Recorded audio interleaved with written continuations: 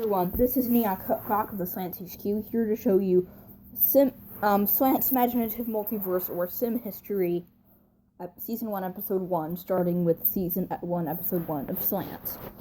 As you may not know, but hopefully you do now, Slants is a sci-fi roleplay action universe, made by many people.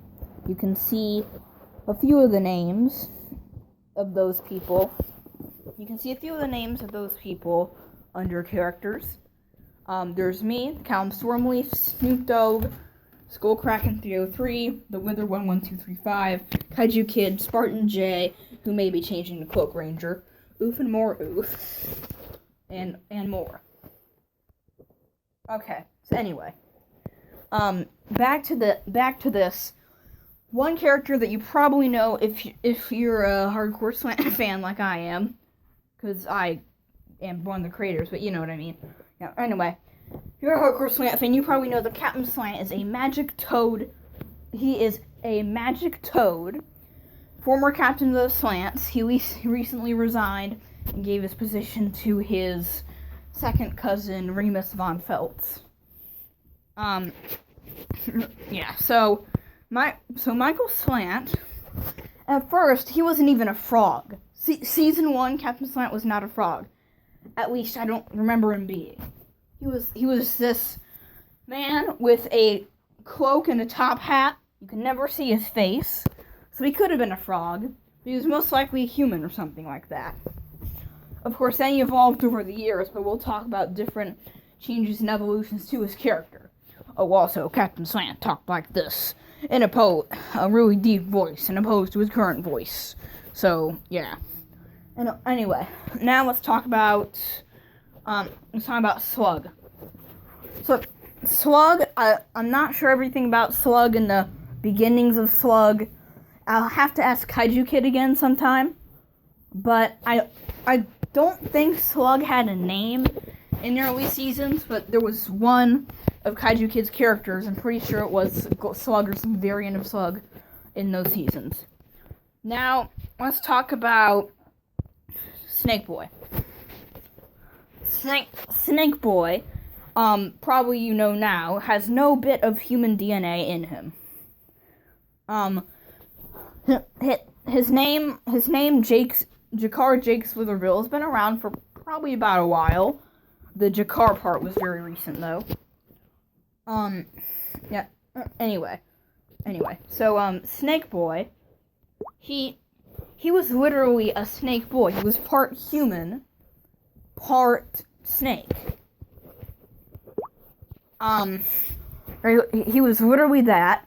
Nowadays, he's an Umbuk Lotendi, maybe partial snake demigod, which is a little bit way cooler.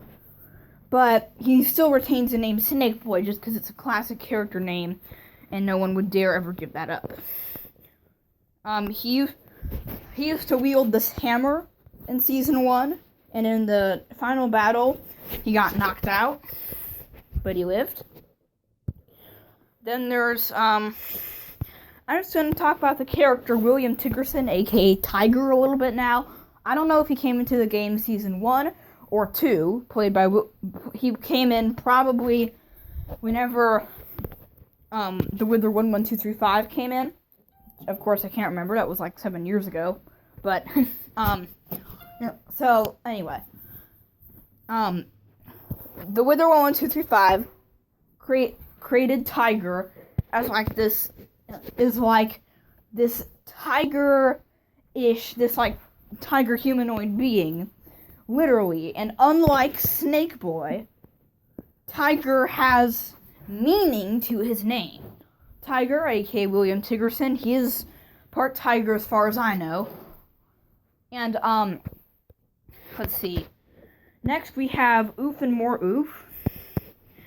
He was either Season 1 or 2, but he created a few invaluable characters, which I think is good, because all these awesome characters. Sora Slant and Riku Slant, both taken from the game Kingdom of Hearts, courtesy of, crediting them on the whatchamacallit, credits page of the website.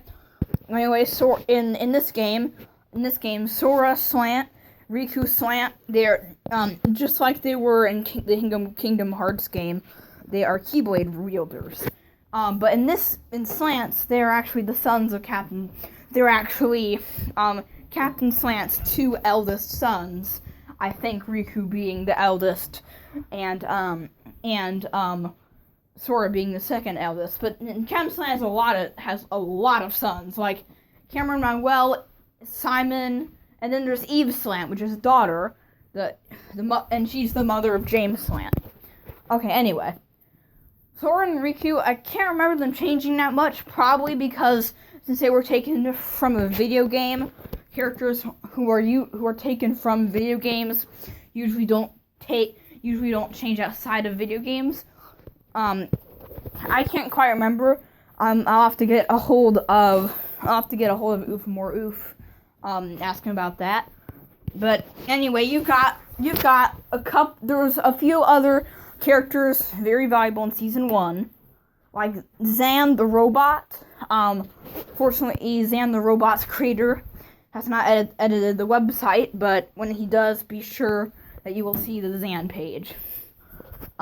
That's all I can think of for now, but if I forget anything, there'll probably be a second video about it, or you'll see it in the next episode as a bonus to that episode. I just want to talk about one last time. There were no Signals, there were no Concrix, there weren't even actually Concrix didn't even exist until after season 5. Because the Concrix were just formerly known as the Signals, but that was a race name. So Callum Stormleaf came up with the Concrix, which is they're an evil group in the video game Spore, courtesy of whoever created them. I'm not sure, but anyway, the Concrix is the name of the group that envelops the evil group that envelops the Signals. They're led by Vargan, and yeah. So, there was this villain named Becco. Becco was really Pasheen Wells, Captain Slant's brother, in season 1. But he was possessed. Pasheen Wells was possessed in order to become Becco.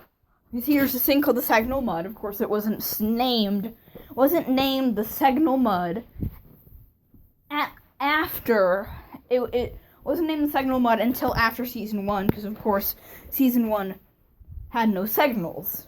It was actually, it was just a few smaller villains like Becco.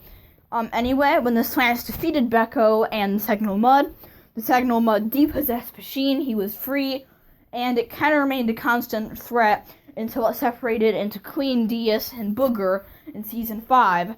We'll talk about that. Queen Dias was destroyed, thankfully. Booger was destroyed in season 6, as far as everyone knows.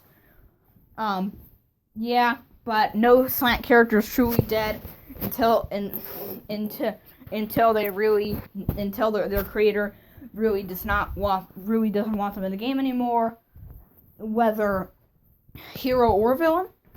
There's another one named Jeff the Co-op Hunter. Again, if you're a Slant super fan, you've checked out the Locations Interdimensional Anomalies Co-op. It's like this like safe haven for the world, this like paradise thing. And there was someone, I can't remember who, created Jeff the Co-op Hunter, who actually hunted co-ots, who were sentient beings. Luckily he was taken down. He may have been revived in later seasons, but I'm not sure. I'm rambling on and on. My storage does not have that much storage space, so I need to upload this video to YouTube, and blah blah blah. Who cares about that? Anyway, thank you for watching. This has been Neon Cupcock of the Slants HQ, over and out with the first episode of Slants Imaginative Multiverse, aka Sim History. Thank you so much for watching. Nyaka out.